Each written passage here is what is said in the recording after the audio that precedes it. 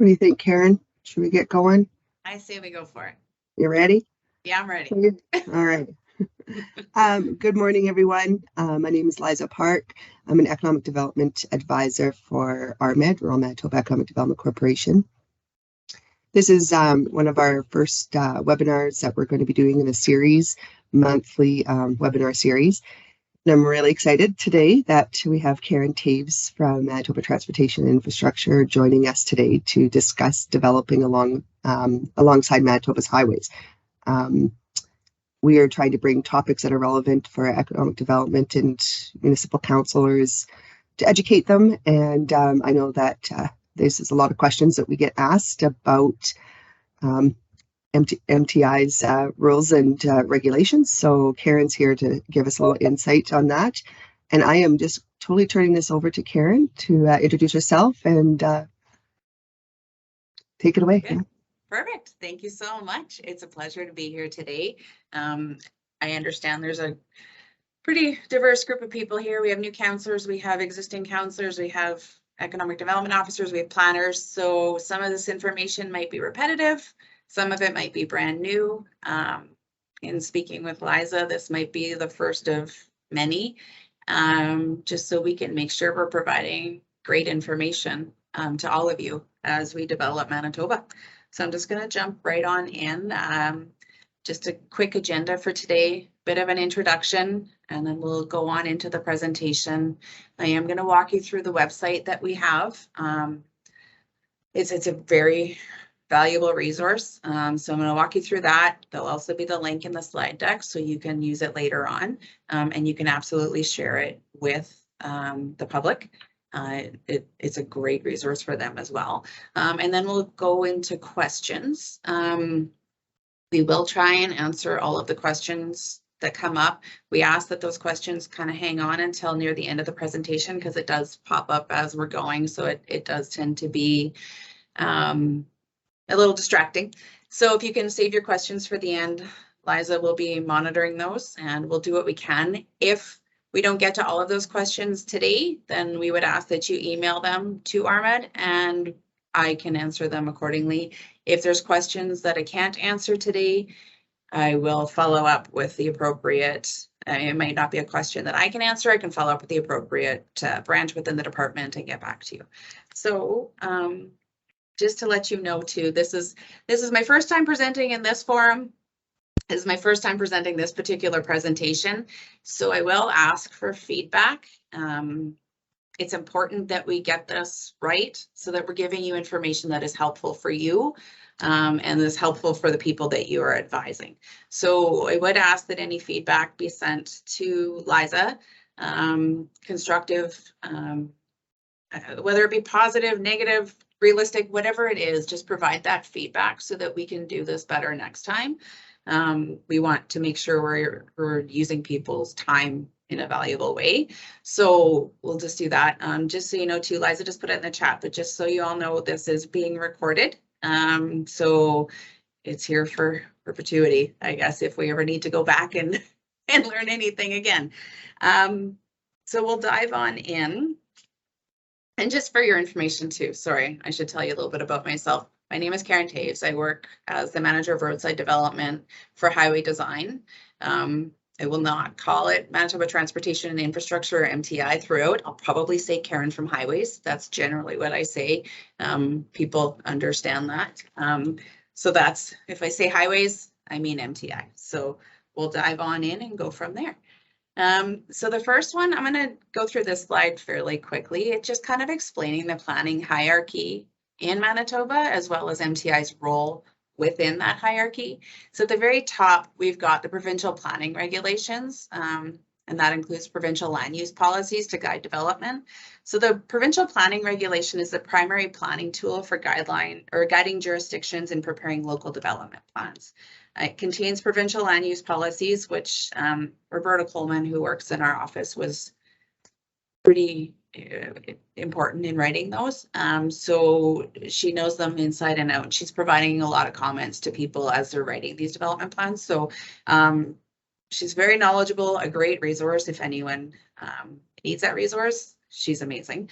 So those policies that are included include transportation policies to promote connectivity. We'll get into that a little bit later within the transportation system. To integrate land use and transportation planning, to support development that's compatible with both local and with provincial transportation networks, and preserve the integrity of the transportation system. So not just highways transportation system, but also the local transportation system. So that's the goal in this hierarchy. So to protect this and to have, like, one of the parts of this process is our permit requirements. So under the Transportation Infrastructure Act, which I'll call the TIA from here on out, permits are required for any structure within the controlled area. So on the right side here, we've got the highway right-of-way, which would include the actual physical roadway, the shoulders, the ditches, and any other compatible uses, which is generally utilities is one of the big ones. So whether those utilities be local utilities like water and waste, whether they be a broader utility like hydro, MTS, Shaw, whatever that is, we do have room within the rights of way for those utilities so that they're not needing to go on private land. Sometimes they do through easement, but generally the rights of way are big enough to accommodate that. And then adjacent to the right of way, running parallel to the network, we have the controlled area. So those vary in size throughout the province. Along all of our PRs, our provincial roads, the controlled area would be 38.1 meters, which is 125 feet. So what that means is that that area, 125 feet outside the highway right of way, permits are required for any structures or signs within that. So anything above, below, floating, above ground, anything within that 125 feet, that 38.1 meters requires a permit from us. And then our controlled areas on some of our PTHs, which is our provincial, our trunk highways, is 76.2 meters. So it's twice, so it's 250 feet. So same idea, any construction within that requires a permit.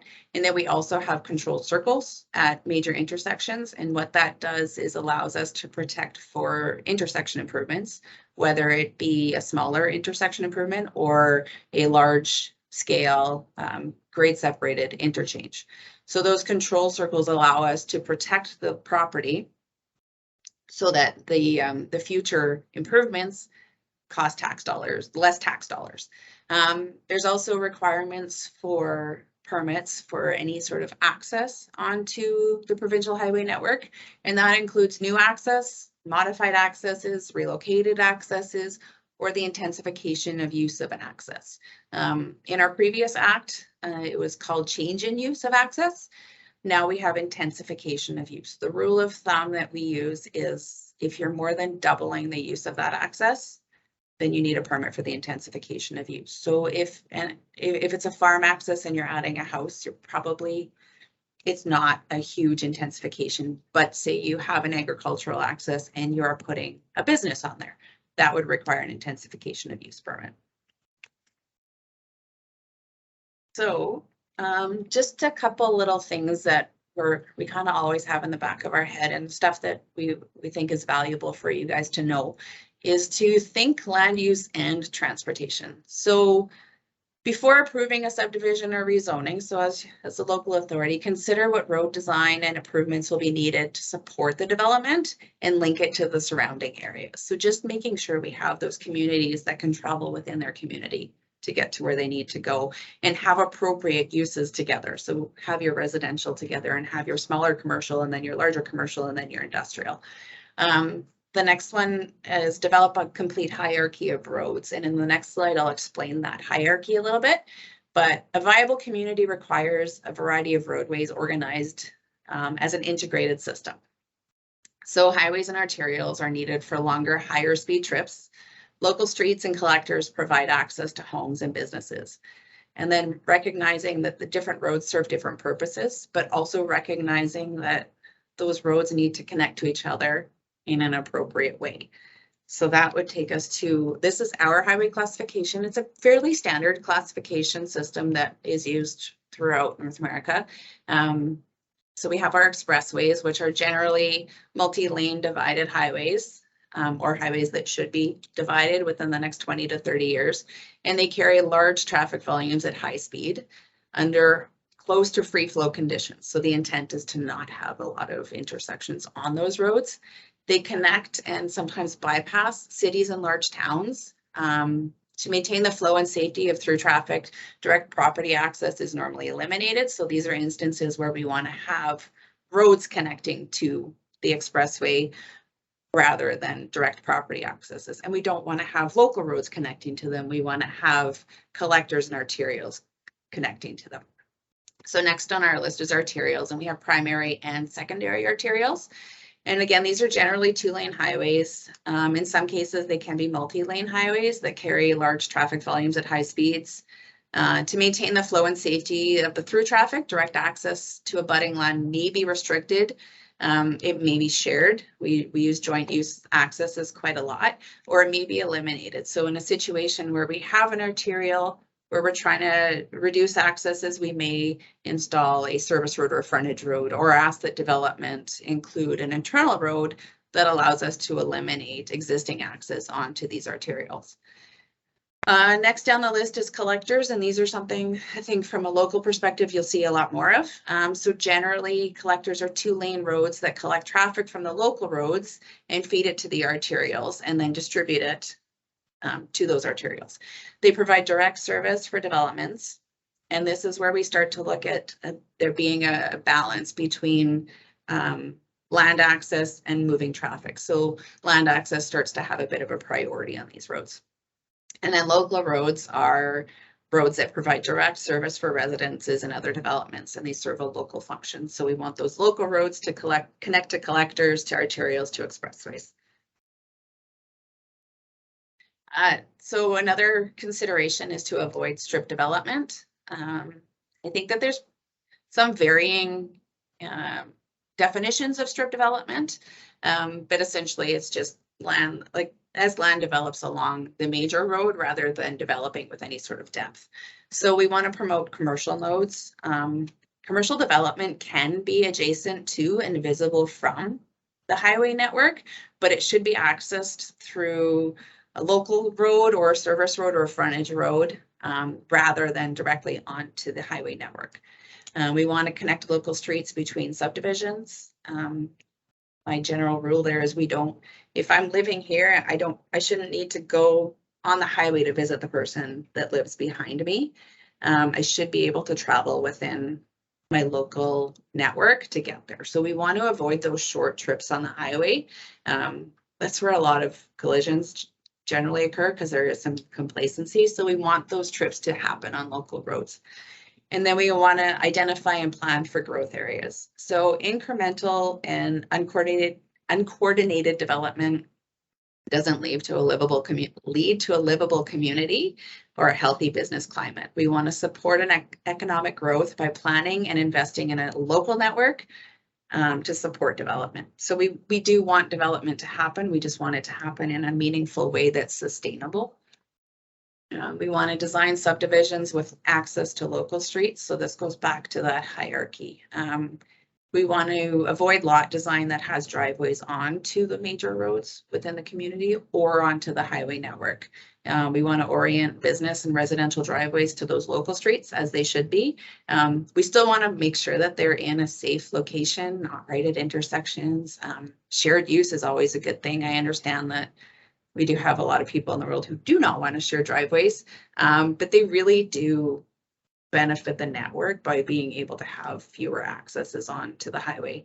And that's good for a lot of things, whether it's intersections on the highway, the maintenance, I don't know, like local plowing, if you're plowing each driveway, it's a lot easier if they're shared. From a drainage perspective, the fewer culverts we have on the network, the less hindrances to the drainage. So those are all considerations when allowing accesses. We want to practice good site planning principles. So we want to locate entrances away from intersections and turning lanes. We don't ever want to see accesses, whether it be a direct property access for agricultural or for commercial. Like we don't want to see those within the limits of the turning lanes or what we call the functional limit of the intersection. We want to provide adequate space on the site for trucks to maneuver. trucks should be able to turn around on site if the business has got a high trucking proponent to it. So, or component, we want to make sure that you're not using the highway to turn around on. That should all be happening on site. And then this happened in more built up areas. Adjacent businesses provide shared driveways and cross access. A good example of this is Steinbach, where there's a lot of businesses fronting Highway 12 and they have cross access agreements in an effort to make sure that there's not a lot of connections onto Highway 12, and it works well. So just some examples of what intersections can look like. We have 3 types of intersections that we use when improving them, like adding turning lanes. So the first is the widened intersection. This example is at PTH 6 and PR 323. And as you can see at the top there, it's 170 meters from the center line of 323 to the end of the taper of the lane. So we want to make sure that there's no accesses within that entire taper and the lane itself. And then this is also why we have the spacing requirements that we do have, which you'll see a little bit later when we're going through the website. If it's 170 meters here and there's another intersection 200 meters away, we can't fit all of the required improvements in there. So that's why the minimum spacing would be on like a collector is 400 meters, so we can fit 2 proper intersections in. The next one we have is our bypass intersection. It's slightly longer as it would be carrying more vehicles. And again, so this intersection is at PTH 16 and 270. So same sort of idea. It's 225 meters from center line of 270 to the edge of the end of the taper. So this is where we want to start looking at having 800 meters between accesses so we can finish the first treatment, have some tangent area in between where there is no additional lanes, and then get into the next intersection. So it reduces the driver workload to have those spaced out at an appropriate distance. And then our Cadillac intersection is our PTH, this is at PTH 52 and 216. It's a channelized intersection. This one, the drawing at the top doesn't entirely match the air photo. We've added, this has right turn cutoffs, it's called. So what that does is allows those larger trucks especially to not have to stop if they are intending to make a right-hand turn. So these allow that, because as we know, a lot of starting and stopping can certainly add to greenhouse gas emissions. So we want to make sure that we're reducing that as much as possible. But as you can see, the channelized intersection is 445 meters from center line. So this is where we want to start seeing a mile between connections so that, again, we can finish the one intersection, have a break, and then get into the next intersection. And then if anyone has questions about these in particular, we can certainly send you to our design folks who live and breathe these every day if you have questions as to why they exist the way they do. These have all been developed based on, a lot of it based on TAC, which is the Transportation Association of Canada, and then adapted accordingly. So if you have questions about those, we can certainly answer. We also want to correct existing problems as the opportunities arise. Manitoba has a lot of existing development, and as land is redeveloping, it's an opportunity to correct those unsafe accesses, to work with people to make sure that we're creating a situation that meets current standards instead of the standards when it was created. So we want to adopt a long-range vision for improving the accesses along older developed corridors, with the understanding that that won't happen overnight. So if we have a long-range plan, that doesn't mean we're going to go in the next day and remove a bunch of driveways. It's the long game. It's saying, okay, we have this existing developed stretch. We know what it should look like. We know what it does look like. How do we incrementally get to what it should look like? So it's never going to be a heavy-handed, you need to remove it now. It's that long-term, as development happens, this is changing things now, we need to improve it. We also want to coordinate local development plans with highways and the local road agencies. So whether it's a town, a city, an RM, we want to make sure that we're working collaboratively that we're looking at subdivisions together, rezoning together, and just see the impact and make sure that it's a positive impact. So just to sum up the last little bit here, just to explain some of the benefits of development control. It minimizes the capital costs of highway construction by preserving land for future upgrading needs. So that was when we're talking about the controlled areas. We also have functional plans. We have several functional plans throughout Manitoba. On our website, there is a map that shows the locations of those functional plans. But essentially what that is a long-term plan seeing what the road should look like in the future. So it's that 20, that 30, that 40-year plan saying this is what we're working towards. How do we protect this? How do we make sure that in 20 years, the land that we need is still there, and thus lowering the cost to taxpayers to build that road. So when we don't protect those functionals, it does increase that cost to taxpayers. It does make that road that much more difficult to build, or it requires that we abandon that plan entirely and start a functional again, which is a cost and also now impacts a bunch of new landowners rather than the ones that were impacted. So those functional plans all go through public open houses. They are all approved by the local authority as well as the department. So they've been vetted quite well. Development control also minimizes future disruptions to the adjacent land use. It allows orderly development through internal roads and concept plans. This goes back to that hierarchy of making sure we're using the appropriate roads for the appropriate uses. It safeguards against congestion and extends service life of a facility. When we overdevelop the high-speed network and people can no longer have free flow traffic, they unfortunately tend to use the quickest route, which might be through local streets. So we want to make sure that people are using the high-speed route rather than using the local streets just to get around faster. We want to provide meaningful growth in communities and municipalities. We want long-term growth. We want something that's going to be there now and work now and be there in 20 years and work in 20 years. So something that can get built now might work now, but it won't work in 20 years. So we want to make sure that we're making sure that those all happen, right? We want our kids and our grandkids to have the same benefits we did. It also provides guidance to prospective and existing developers.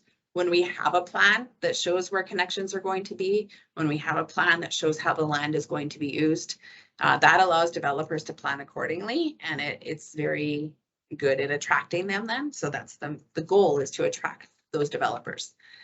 So I'm just going to go quickly and hopefully this works. We'll see. It did before. So there we go. So Liza, can you see that? Yeah, you bet. Okay, perfect. So this document, it needs a little bit of updating just because of the new acts. But the information contained within it is very useful information. I'm not going to go through it in detail, but the link will be, it's in the slide deck.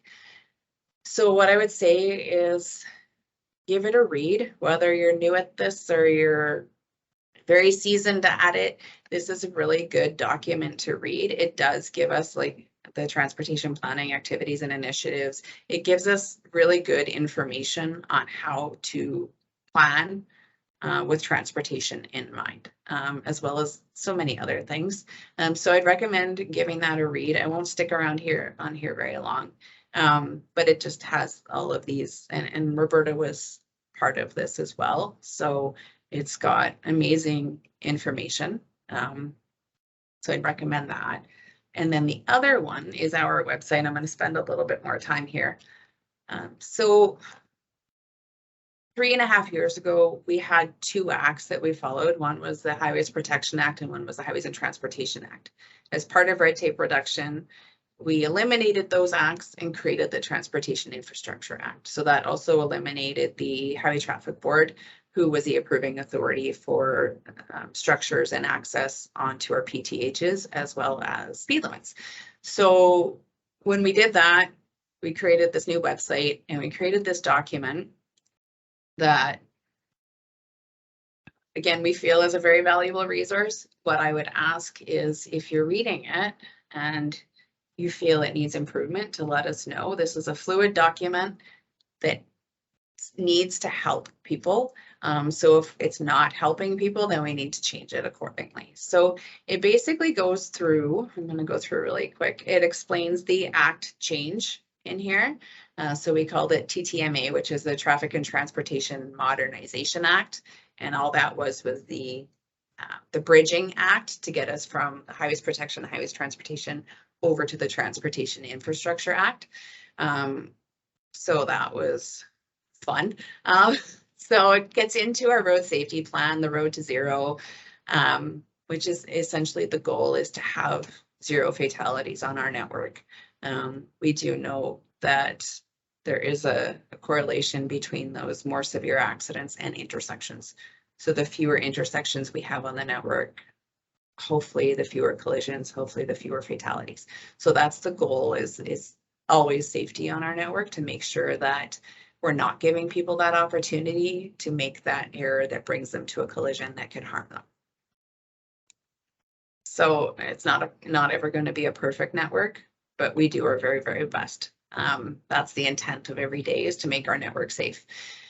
So it gets into what access management is. And access management is it's something that's done everywhere in the world when it comes to transportation networks.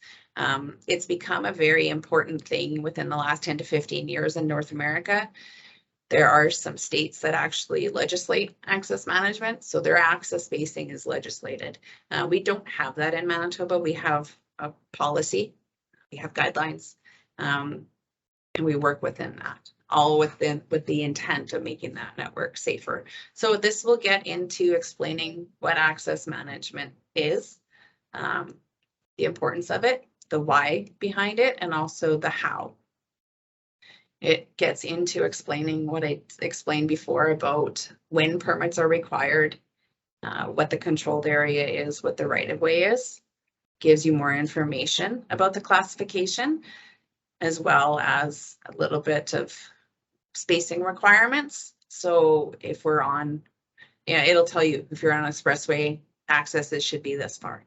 And it goes all the way down, like we've got here, to the local roads. And then again, it provides you that information of where land access starts to become the priority. So on local roads, land access is the priority. And as we go up to our expressways, land access is not a priority. Free flow traffic, safe traffic, efficient traffic is the priority. And then it goes into the site development. So those considerations when you're developing a site, or when you're giving guidance to someone who's developing a site, all things for them to consider. We get into the actual access spacing here. It's important to not just read the number that's given. So just because it says accesses should be spaced at 400 meters doesn't mean you put an access every 400 meters. Spacing is always a secondary consideration. The primary consideration is using that hierarchy. So having a local road network, keeping direct access off of those main highways as much as possible, not having a lot of connections onto the highway, looking at the distance from curves, distance from bridges, distance from railways. All of those things are crucial in site development. So it's something that this will provide some guidance, as long as you don't just look at the spacing first.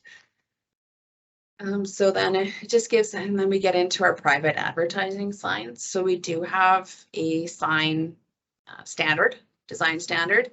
And the intent of that is to make sure that we're not littering the right of way, or the actual road and people's attention with information that doesn't benefit them. I see every sign on the highway, like off of the right of way, as a text message is how I equate them now. So if we have a whole lot of text messages one after another, that is distracted driving. The intent of a sign is to distract someone away from their purpose, which is driving. So we want to make sure that they're done in a meaningful way.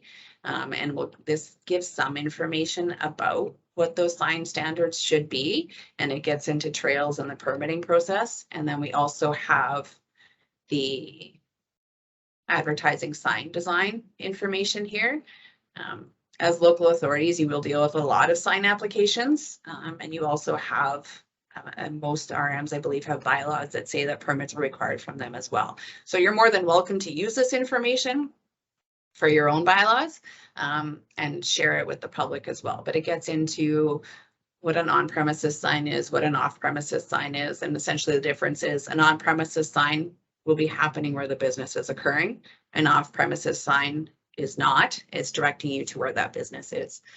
And then I give some more information. So if there's any questions about this in particular, you can certainly send us an email or give me a call. So it gives some information there. And then we also have our property inquiry adjacent to a provincial highway. So this is a valuable thing to fill out if you have people who want to apply for something, but they're not sure if they'll get approval, or they just want some information. It's especially handy for real estate agents who are selling the land and doing some due diligence. It will allow us to provide some guidance in advance of applying for anything. If you're guiding someone, or if you're applying for subdivision, we will ask that be done through the provincial community planning office or the local planning district. We will provide information to that staff about it, but a lot of times there's a lot of other impacts, right? So we don't want to provide someone information saying we're comfortable with the subdivision, and then agricultural or CNC says, no, we're not. So we want to give people that whole picture, but this is a really good form to share with people to get an idea what would be allowed, or how we can vary their site plan so that it is appropriate and it doesn't have a negative impact on the network. And that's about it for that. And then we have our permit fees as well. These changed when the act changed. So I think anyone who's been around for a while knows that for about 40 years, our application fees were $50 for any application, and that changed when the act changed, which is another reason why we brought the public inquiry form in, is because when someone would have paid $50 and now they're paying $500, we want to make sure that they're coming into it with their eyes wide open before they're spending that $500. So that's all part of that. And then there is contact information here as well. We do have a general inbox, so you can email questions there, or you can send them to me.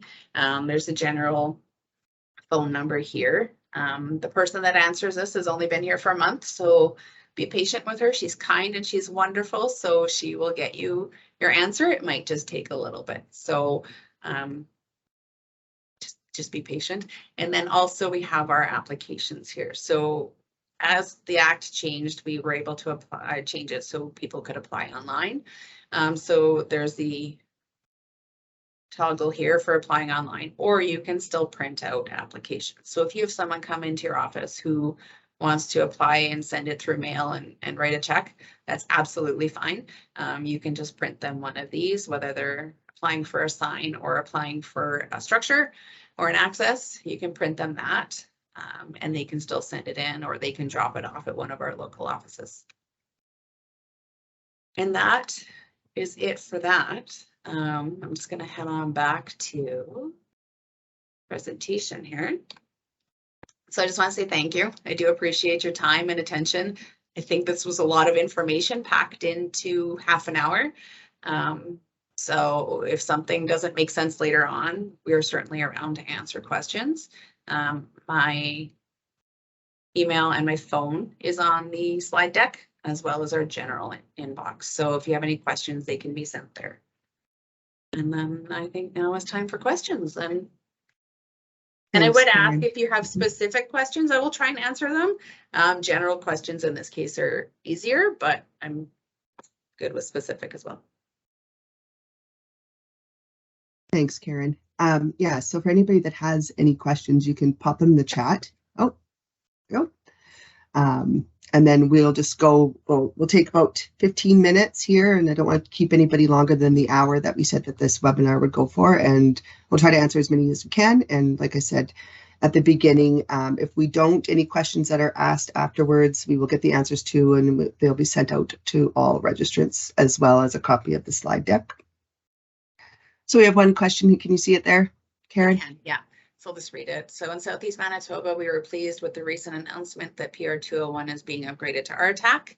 And just for anyone's information, RTAC is the heaviest loading we can have on our network. So we've got B1 loading, I think there's an A1 and there's RTAC. So RTAC is anyone can drive on RTAC.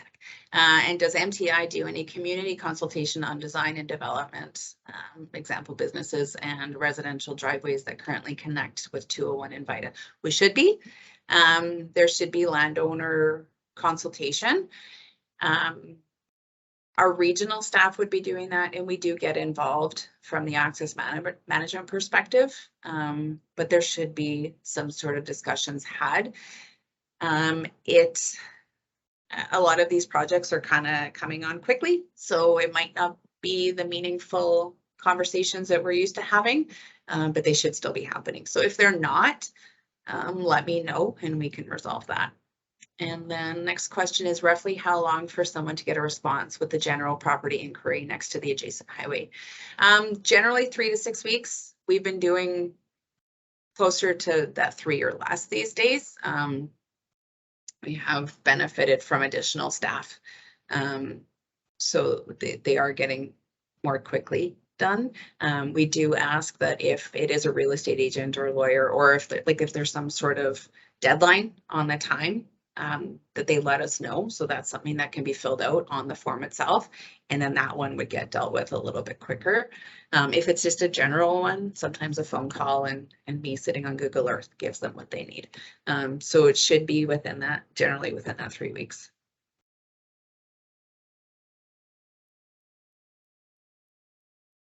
We're light on questions. Sorry. I have a question. Oh, there we go. We got one more. Oh, and then, here, or do you want to go first, Liza? Well, yeah. So you had said that the functional plans are on the website, and you guys have, made those and envisioned those for like 20 years out. When does, how often do you take a look at those and, based on current population increases in the areas, and change those, or look at recommendations from communities, or consult back into the communities where those functional plans are affecting them? So, I mean, ideally, we shouldn't have, we should be able to look at them 20 years later and they're still good, right? But they generally just get reconsidered on a small scale each time we're dealing with development. As an example, Highway 3, so just inside the perimeter, but still Highway 3, has had a functional in place since, I think, 2002. The RM of McDonald has been phenomenal at supporting that. And I think anyone who's familiar with the area knows that there's been a whole lot of commercial industrial growth in that area. So the traffic volumes have increased substantially. So we were just given approval to review that functional and go forward with construction. So that functional is 20 years old and has seen probably more growth than anywhere else. So we're constantly reviewing them. There are times too that we might tweak it based on a lot of them will consider service roads as an option. But if development comes along and they have an internal road that negates the need for that, then we'll look at the functional then and say, okay, the service road is not needed anymore. We don't require this right of way. That internal road will cover it. So I'd say on a small scale, constantly. On a larger scale, probably that every 20 years. Perfect. And then I'm gonna go. So the next question in the chat was, with the new act, has the criteria for a proposed development requiring a traffic impact study changed, and what criteria is currently used? No, it hasn't changed. There is no real set criteria. I mean, we use the intersection warrant manual for criteria. So we will generally, if something is very obviously needing a traffic impact study and there's a subdivision or a permit associated with it, we will ask for the traffic impact study. If we're not sure if it's going to generate enough traffic for that, we will ask for traffic information that will be reviewed. And that traffic information can come from the developer. It doesn't need to have an engineered stamp to it. And if that is sufficient, nothing else is required. But sometimes that traffic information will say, yes, a full-blown traffic impact study is needed. Just for everyone here, a traffic impact study is it's an engineering study, transportation engineering study that determines what the impact of a development will be on the highway network and also how to mitigate that. So whether that's adding those intersections that I showed you earlier or something more, that's what that traffic impact study would do. So the developer would hire an engineer and undertake those per our developer pay program. Does the highway controlled area apply to water as well? Like our drains? No, it does not. There is no, as far as I know, there's no controlled area for drains. That is a question for our water people. I can say with almost 100% certainty, though, that it does not.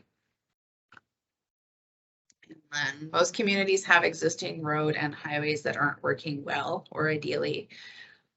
What is highways' approach to looking at improvements that aren't development driven, but rather upgrade to encourage more development? Well, I guess we go based on specifics. So if we have specific examples, then we can certainly look at them. We have thousands of kilometers of roadway. I would say most of it works well, but there are certainly some that don't, whether that's because development has changed how that highway operates or if it just wasn't built in the appropriate spot. One way we mitigate those things is to bypass the community. So we have several examples of that. One of them being Grand Point, where we've actually moved the highway twice. So the idea, the absolute ideal is to never have to move the highway to maintain some free flow traffic, some efficiency. So we're not moving it because that impacts landowners, that impacts agricultural use. That is a huge expense. So what I would say is if you do have examples of highways that aren't functioning appropriately, or if there's existing concerns based on the development, you could certainly bring those up to us and we can take a look. We have a very, very long list of roads that need improving, intersections that need improving, like everything, whether it's potholes or just a road that doesn't carry the volumes it needs to carry. So if you have examples, please send those to me and we can work together. Who is responsible for culvert replacements that are in the MTI right of way on access or roadways that connect to highways? We are. So it's not in the new regulation. We were working on it. It was in the old regulations. So the property owner, whether it's an RM road or like private property, is responsible for the surface maintenance. So whether that's new gravel or snow, property owner, new culverts is the department. So once that and that's another reason that we do manage how many accesses go in, is because when the culverts fail, it's up to the department to fix them. So if you have someone that has a culvert that has failed, we notify our local maintenance staff and they add it to their list. I think everyone here is aware that our maintenance forces are fairly low right now. So we ask that you just be patient and hope for not so much snow this year. Does the highway controlled area apply to water on either side of a bridge where crossing the river? So technically, yes. If the highway is crossing a river, yes, there's a controlled area, but no one's building anything within it, so it doesn't really have an impact. So the controlled area essentially will come right up to the bank and then start again on the other side. I think that answers that, but I'm not sure, so please let me know if it doesn't. And then John, thanks for updating the controlled area map to be more user-friendly. Yay! Have you thought about integrating any GIS functionality to help users pinpoint whether their development plans are impacting control zones? Yes, that would be a long-term goal. As a department, we're really just kind of we're getting better at GIS. So for now, unfortunately, it's a phone call. Unfortunately for you, or I don't know, we're always fun to talk to. But for now, it's a phone call and we can let you know. Or an email or carrier pigeon, whatever works. And I see, we seem to be, oh, another one. what can we do to get MTI to consider mowing grass and ditches more often than once a year in late fall? I don't know. I miss the days of mowing as well. I've been around long enough that I know we used to mow not only more consistently, but also a little wider. So the maintenance forces, and those are all, it's all contracted out, but there has been movement every few years to get less and less mowing. So in that case, I would suggest talking to our local regional offices. That might be the best. But they will probably agree with you and might not have a solution. For streets and roads leading in and out of Winnipeg, at what point is the access managed by Manitoba versus the city? So City Winnipeg Charter says that City Winnipeg owns all roads within it. So we basically, where the City Winnipeg limit starts, I think there might be one example. I think 59 South might be the only example where the road is declared beyond the city limit. So what I would say your best bet is to go to the Act, the Transportation Infrastructure Act, and within the regulations, it tells you which roads are declared and it tells you to where. If you can't find it within that, then I would say that you just contact me and we figure out where it ends. So the perimeter, even though it is within City of Winnipeg limits in some spots, is departmental road. It's declared and there is a controlled area.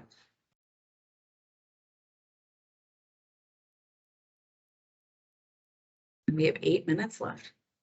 So if anyone has any other questions.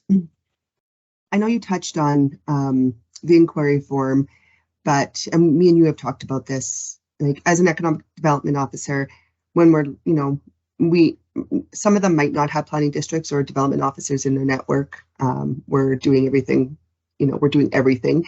So when we have a developer come and are wanting to buy land, or we're looking at a business coming in, just being able to have that phone call with you, prior to, heading off into selling land and thinking, because it's zoned appropriately and everything else that it's going to fit, and then coming up against, MTI restrictions. Can you just touch on, those conversations that we've had, just to give that EDO a perspective of like how you can assist prior to, I know you touched on it, but. Yeah. Well, yeah, like that's where the website comes in handy, but also those conversations prior to, like, we're not, any principles and standards that we're following are pretty much ones that should be used across the board, right? So we can certainly have those conversations, and I always love to get stuff in writing to people, so we're not losing anything in that conversation. So if you have specific questions, we can give you specific answers.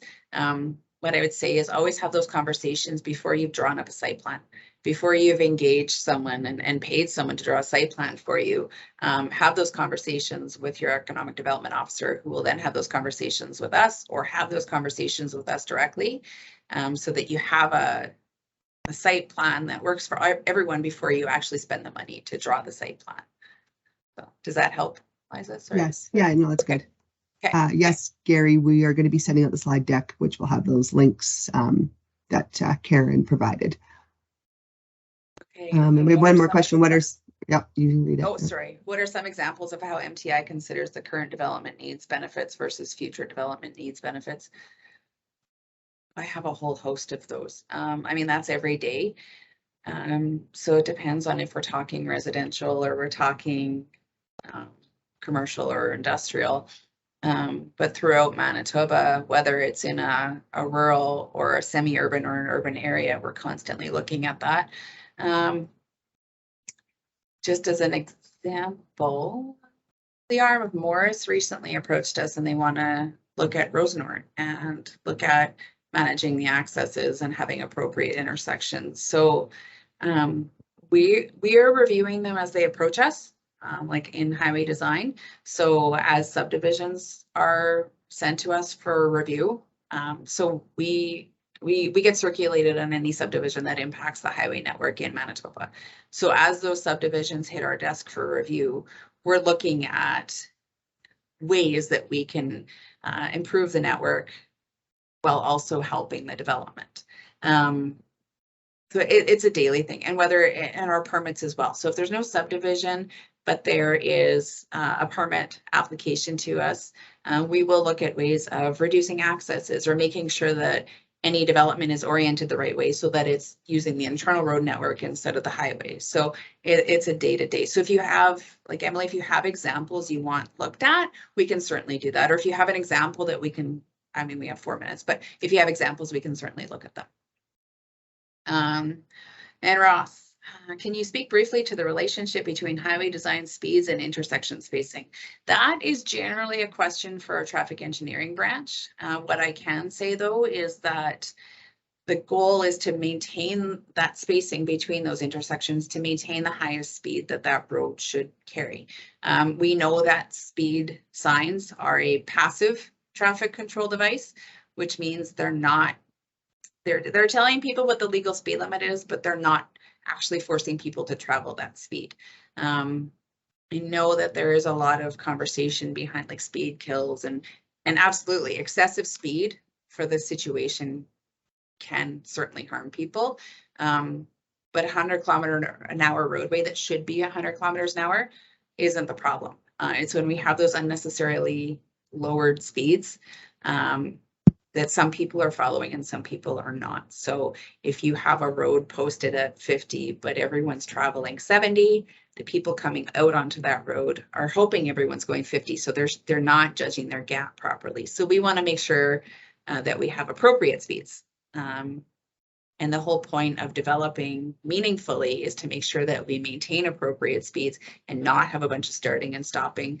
We know that greenhouse gas emissions are hugely impacted by a whole lot of starting and stopping. So if we can have free flow traffic, we have a safer roadway, we probably have less speeding. I don't know if anyone's driven much in Winnipeg, but the Transcona has a whole lot of stop signs. And I guarantee you people are stopping and then speeding to the next one and then stopping and then speeding to the next one. So if we have that free flow traffic, we will just have people traveling at an appropriate speed and focusing their attention on the task rather than stopping, starting, stopping, starting, stopping, starting. And we'll notice our fuel consumption go down and our efficiency go up and our patience go up. So that's the goal. And I know that's a very small example, but that's the goal on our network when you're traveling through a community to not stop and start, stop and start, stop and start. We want people to travel efficiently, but we also want them to stop in town and get a coffee. We want them to stop in town and look at moving there, right? Manitoba is probably one of the most beautiful places in the world. And we want people to explore it. We want people to live there. We have a lot of communities with a lot of infrastructure that is underutilized. So we want to make sure people are using it. And this is the best way to do that. And Liza recommended a book to me that I'll recommend to everyone. I haven't read the whole thing yet, but 13 Ways to Kill Your Community. Is that what it's called? Yeah. Yeah. So I bought it. Just have to find the time to read it. So yeah. If everyone could, I think that was your recommendation, is everyone should read that book and it'll just help figure out. So we want development as much as you guys want development. We just want to make sure it's done in a way that is meaningful, that is sustainable, that is safe. So yeah. Oh, and apparently it's an awesome and easy read according to Monique. So yay. Thank you very much, Karen. You know, our plan to bring Karen on was to, you know, put a face to MTI and create a relationship that economic development officers can easily connect with Karen. As you can see, she's pretty easygoing, easy to talk to, easy to work with. Even if you don't like some of the answers she gives you, she will always try to explain the higher reason as to why Manitoba is developing and the way that they are. And she will work with you and try to make whatever development is happening in your area work as best as possible with you as well. So, and she's always happy to leave the city, and I will come out there and I will look at it and boots on the ground with you, and we'll figure it out. That's awesome. Yeah, so me and Karen have also talked about a number of different other topics that Karen could come on and do webinars with RMED for. So you may see her again. I will plug that if there's any topic out there as that you would like to see aside from MTI, shoot me an email or shoot RMED an email. I put my email in the chat there. We are wanting to bring relevant information out to the rural areas to help educate and do development better. So thank you for that. Again, I'll just reiterate, we will be sending that slide deck out to all the registrations. I have Karen's information in that chat as well. Feel free to give her a call, and enjoy the rest of your day, everybody. Thank you so much. Take care, everyone. Thanks.